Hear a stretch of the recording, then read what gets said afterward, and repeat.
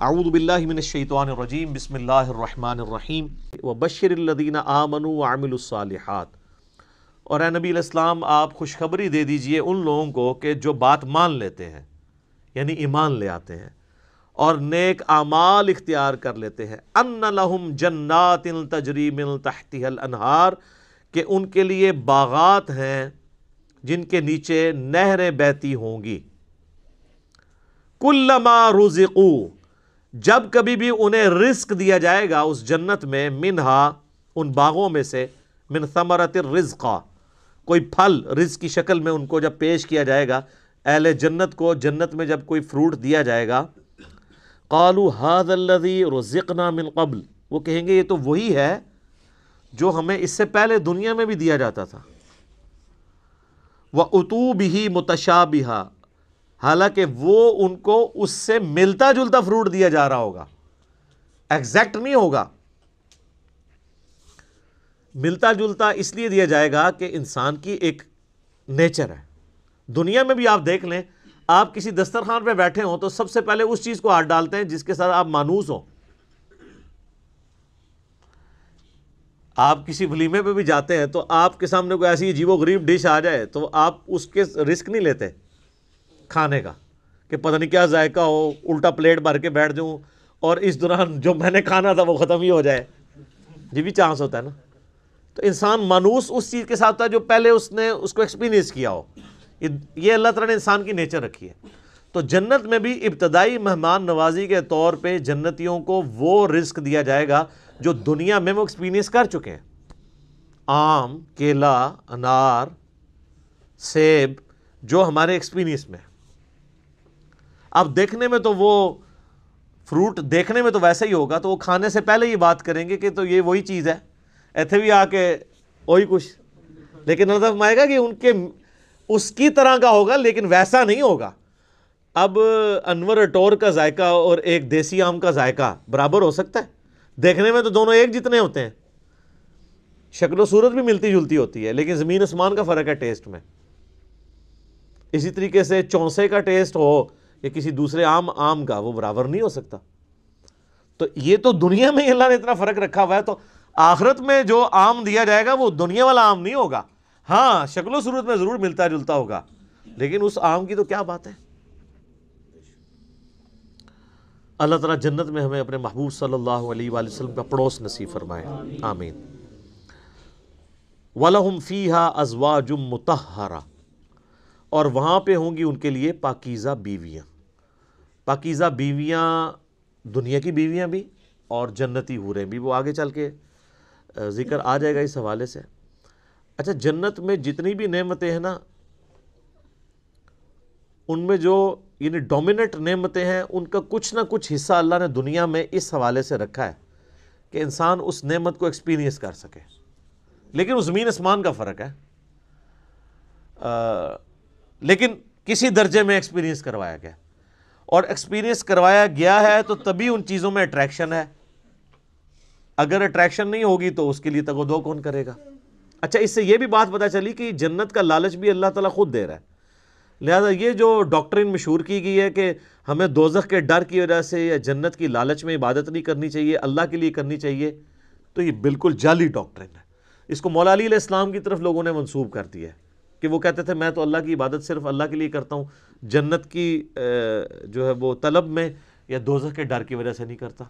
اس کے اوپر بھی میرا ایک کلپ ریکارڈڈ موجود ہے کہ یہ ڈاکٹرین صوفیاء نے پیش کی ہے، یہ قرآن کی ڈاکٹرین نہیں ہے۔ کیونکہ جنت کا جو لالچ ہے، اس کے پیچھے لگنا اللہ ہی کی تو اطاعت ہے۔ یہ جنت کا لالچ شیطان نے دیا یا اللہ نے؟ تو اگر آپ جنت کو نگیٹ کرتے ہیں، جنت کا مذاق اڑاتے ہیں یا دوزخ کو ہلکا جانتے ہیں، تو آپ یہ جنت یا دوزخ کو بے عزت نہیں کر رہے ہوں گے، بلکہ آپ اللہ تعالیٰ کے خلاف بغاوت کا علم بلند کر رہے ہوں گے۔ یہ تو اس نے رکھی ہوئی ہے نا چیزیں، یہ ساری لالچیں وہی دیتا ہے نا۔ یہ وہ لالچ نہیں ہے جو بری بلا ہو، یہ وہ لالچ ہے جس کے لیے انسان کو کوشش کرنی چاہیے۔ قرآن پاک میں درجنوں آیات ہیں، آگے چلیں گے تو یعنی اللہ تعالیٰ فرماتا ہے کہ کوشش کرنے والوں کو ایسی جنت کے لیے کوشش کرنی چاہیے، خود اللہ تعالیٰ اس کی طرف۔ تو اسی طریقے سے یعنی جو ایک اللہ تعالیٰ نے سیکس کا جذبہ رکھا ہے انسان کے اندر، اس کا ایکسپیرینس دنیا میں کسی فارم میں کروایا، تبھی جنت کی حوروں کا لالچ دیا جا سکتا ہے۔ اور اسی طریقے سے جو فروٹ ہے اس کا ذائقہ دنیا میں رکھا ہے، جبھی جنت کی فروٹ کا آپ کو لالچ دیا جا سکتا ہے۔ باقی تو بخاری مسلم میں حدیث ہے کہ اللہ تعالیٰ نے جنت میں وہ نعمتیں تیار کر رکھی ہیں جو نہ کسی آنکھ نے دیکھی، نہ کسی کان نے سنی، نہ کبھی کسی کے دل پہ بھی اس کا گمان گزرا۔ وہ تو ان امیجنیبل ہے۔ یہ صرف متشابہات ہیں، چیزیں ملتی جلتی چیزیں دنیا میں، صرف بات سمجھانے کے لیے۔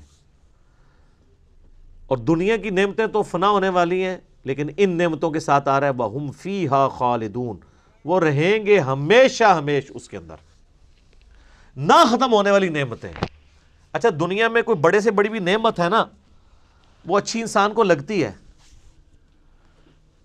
لیکن جیسے ہی اس کے چھوٹ جانے کا خیال آتا ہے تو دل کے اوپر غم کا غلبہ ہو جاتا ہے، اور جنت میں غم نہیں ہے، اس لیے جنت میں ہمیشہ کی نعمتیں۔ بخاری اور مسلم کی حدیث ہے کہ میدان محشر میں لا کے مینڈے کی شکل میں موت کو قتل کیا جائے گا، اور جب بلایا جائے گا تو باقاعدہ ایک یعنی ندا کی جائے گی، جہنمی جو ہے جہنم کے کنارے پہ آ جائیں گے، اس خوشی کی وجہ سے کہ شاید ہمارے نکلنے کے لیے کوئی اب سبب ہونے لگا ہے، اور جنتی جنت کے کنارے پہ آئیں گے اس ڈر کے ساتھ کہ ہمیں کہیں جنت سے نہ نکال دیا جائے۔ تو پھر اللہ تعالیٰ موت کو مینڈے کی شکل میں لا کے وہاں پہ ذبح کرے گا، اور پھر کہا جائے گا کہ جنتیوں کے لیے خوشخبری ہے کہ انہیں کبھی موت نہیں آئے گی، اور دوسری طرف جہنمیوں کے لیے ہمیشہ کا غم ہے کہ ان کو بھی موت نہیں آئے گی۔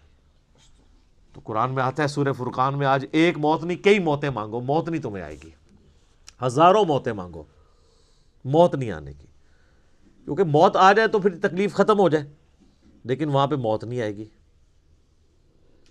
اللہم اجرنا من النار، اللہم اجرنا من النار، اللہم اجرنا من النار، آمین۔ اللہم من احییتہ منا فاحیہ علی الاسلام، ومن توفیتہ منا فتوفہ علی الایمان، آمین۔ صحیح مسلم میں ایک حدیث ہے کہ جب جنتی جنت میں داخل ہونے لگیں گے تو ان کو ایک ندا کی جائے گی، جاتے ہی خوشخبری ملے گی، تمہارے لیے مبارک ہے، آج کے بعد تمہیں کبھی موت نہیں آئے گی، تم ہمیشہ زندہ رہو گے، آج کے بعد تمہیں کبھی بدحالی نہیں آئے گی، تم ہمیشہ خوشحال رہو گے، آج کے بعد تمہیں کبھی بڑھاپا نہیں آئے گا، تم ہمیشہ جوان ہی رہو گے، اور آج کے بعد اللہ تم سے کبھی ناراض نہیں ہوگا، ہمیشہ راضی رہے گا۔ یعنی دنیا میں تو سب سے بڑی اہل ایمان کے لیے ٹینشن ہی یہی ہے نا کہ میں نے یہ کیا تو ناراض نہ ہو جائے۔ جنت وہ جگہ ہے جہاں کچھ بھی کر لیں اللہ ناراض نہیں ہوگا، ہر وہ چیز جو دنیا میں بھی جرم تھی وہاں جا کے وہ جرم نہیں رہے گی۔ دنیا میں مرد کے لیے سونا پہننا حرام ہے، اور جنت میں سونے کے کنگن پہنائے جائیں گے، ریشم کا لباس پہنایا جائے گا۔ قرآن پاک میں آتا ہے، بخاری مسلم میں درجنوں احادیث ہیں، جسے شوق ہو تو مشکات المصابیح کی 3 جلد میں جنت والا چیپٹر پڑھ لیں تو آپ کو اندازہ ہوگا کہ جنت میں اللہ تعالیٰ نے کیا کچھ رکھا ہے انسان کے لیے۔ لیکن یہ بات اپنی جگہ ہے، ایک حقیقت ہے کہ جنت پہنچنا بڑا مشکل ہے، یہ سب سے بڑا المیہ ہے۔ یہ تو بابوں نے آپ کو ایک خدا کا تعارف کروایا نا کہ جنت تو اپنی جیب ہی چاہے، کتابیں یہ نہیں بتاتی، کتابیں کچھ اور ہی بتاتی۔ صحیح مسلم میں حدیث ہے کہ اللہ تعالیٰ نے جنت کو ناگوار چیزوں سے ڈھانپ رکھا ہے، یعنی جنت تک پہنچنے کے لیے کئی ناگوار چیزوں سے آپ کو گزرنا پڑے گا، پھر جنت آئے گی۔ اور جہنم کو اللہ تعالیٰ نے خوشنما چیزوں سے ڈھانپ رکھا ہے، یعنی ہر اٹریکٹ فل چیز دوزخ کی طرف لے کے چلی جائے گی۔ ناگواری تو ہے نا، یعنی روزانہ 5 وقت نماز پڑھنا دنیاوی طور پہ ایک تردد تو ہے، سردیوں میں وضو کرنا ایک تردد تو ہے، گرمیوں کے روزے رکھنا ایک تردد تو ہے، حلال اور حرام کا فرق کرنا ایک تردد تو ہے، اور دوسری طرف آپ جو اپنی مرضی کے مطابق کوئی بھی کام کرتے جائیں وہ سیدھا آپ کو دوزخ کی طرف لے جائے گا، جو آپ اپنی مرضی سے کریں گے. اور جو اللہ کی مرضی سے کرنا پڑتا ہے اس میں تردد تو ہے، ظاہر وہ نفس کے خلاف ہے. تو یہ مسلم شریف کی حدیث کمال حدیث ہے کہ جنت ناگوار چیزوں سے ڈھانپی ہوئی ہے اور جہنم خوشنما چیزوں سے. اس کی ایکسپلینیشن جامع ترمذی میں، سنن ابی داؤد میں، سنن نسائی اور ابن ماجہ میں ہے کہ جب اللہ تعالیٰ نے جنت کو پیدا کیا تو حضرت جبرائیل علیہ السلام سے کہا کہ جائیں جنت کو جا کے وزٹ کریں کہ میں نے کیسی رہنے کی جگہ بنائی ہے. جب حضرت جبرائیل علیہ السلام جنت گئے اور اس کی خوبصورتی دیکھی تو اللہ تعالیٰ نے کہا کہ جبرائیل کیسا پایا جنت کو؟ انہوں نے کہا اللہ تیری عزت کی قسم کوئی بندہ ایسا نہیں ہوگا جو اس میں جانے کے لیے جان دھڑ کی بازی نہ لگا دے، کیا زبردست جگہ تو نے بنائی ہے. اللہ نے فرمایا اچھا. اللہ تعالیٰ نے جنت کو ناگوار چیزوں سے ڈھانپ دیا، جو مسلم شریف کی حدیث ہے، اور کہا اب جا کے ذرا جنت کو دیکھو. جب وہ دیکھ کے آئے تو انہوں نے کہا تیری عزت کی قسم مجھے نہیں لگتا کوئی بندہ جنت میں جانے میں کامیاب ہوگا، اتنا مشکل ہے. سر یہ ہے کتابوں کا خدا. یہاں کہتے ہیں نہیں جناب ایک دفعہ بھی پڑھ لیا ایک دفعہ بھی پڑھ لیا ایک پھیرے ہی لگے گا. اور سورہ فرقان میں اللہ تعالیٰ فرماتا ہے کہ جہنم ہمیشہ رہنے کے لیے بھی بری جگہ ہے اور ایک لمحے کے لیے رہنے کے لیے بھی بری جگہ ہے. آپ لاکھ کہتے رہیں کہ پھیرا لگے گا. اچھا یہ پھیرا بھی اس لیے ہم کہتے ہیں کہ ہم نے کبھی اس پھیرے کو امیجن نہیں کیا، آپ کو ادھر بیٹھے بیٹھے امیجن کروا دیتے ہیں. اگر کسی شخص کو یہ کہا جائے کہ ایک فجر کی نماز چھوڑنے پہ آپ کو فجر سے ظہر تک ایک ایسے کمرے میں وقت گزارنا پڑے گا جو 10 بائی 10 فٹ کا ہوگا، اس میں 100 کوبرا سانپ ہوں گے، 100 بچھو ہوں گے، 100 اژدہے ہوں گے، لیکن صرف فجر سے ظہر تک بس، تو کوئی امیجن بھی کر سکتا ہے اس کو؟ وہ ان سانپوں کو تو آپ مار بھی سکتے ہیں، تو جہنم کے سانپ کے بارے میں کوئی سوچ بھی سکتا ہے؟ چونکہ ہم نے امیجن نہیں کیا ہوتا اس لیے ایک پھیرے کی بات کرتے ہیں. اور یہ تو بہت بڑی میں نے مثال دی ہے. اگر کسی شخص کو کہا جائے نا کہ فجر کی نماز چھوڑنے پہ فجر سے ظہر تک آپ کو صرف ایک موم بتی کا وہ چھوٹا سا جو فلیم ہوتا ہے نا اس کے اوپر یوں ہاتھ رکھنا پڑے گا فجر سے ظہر تک، سر 10 سیکنڈ نہیں کو رکھ سکتا.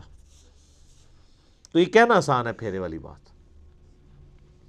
اچھا وہ جو ترمذی ابو داؤد نسائی ابن ماجہ کی حدیث ہے نا اس میں آگے آتا ہے کہ پھر اللہ تعالیٰ نے حضرت جبرائیل سے کہا کہ جہنم جب پیدا کی فرمایا جہنم کو جا کے دیکھو. جہنم دیکھ کے آئے، انہوں نے کہا اللہ تیری عزت کی قسم مجھے نہیں لگتا کوئی بندہ کوشش کرے گا کہ کوئی بھی ایسا عمل کرے کہ دوزخ میں جا کے گرے، یہ تو جگہ ہی ایسی تو نے بنا دی ہے. اللہ تعالیٰ نے پھر دوزخ کو جہنم کو خوشنما چیزوں سے جب ڈھانپ دیا نا، جو مسلم شریف والی حدیث ہے، میں اسی کی ایکسپلینیشن آپ کو دوسری حدیث سے کر رہا ہوں. یہ سر کتابوں کا دین ہے، بابوں کا نہیں ہے. تو حضرت جبرائیل علیہ السلام جب گئے واپس آئے، کہا اے اللہ تیری عزت کی قسم مجھے نہیں لگتا کوئی بندہ جہنم میں جانے سے بچ سکے گا، اتنا خوشنما تو نے بنا دیا، یہ تو سارے ہی جائیں گے جہنم میں.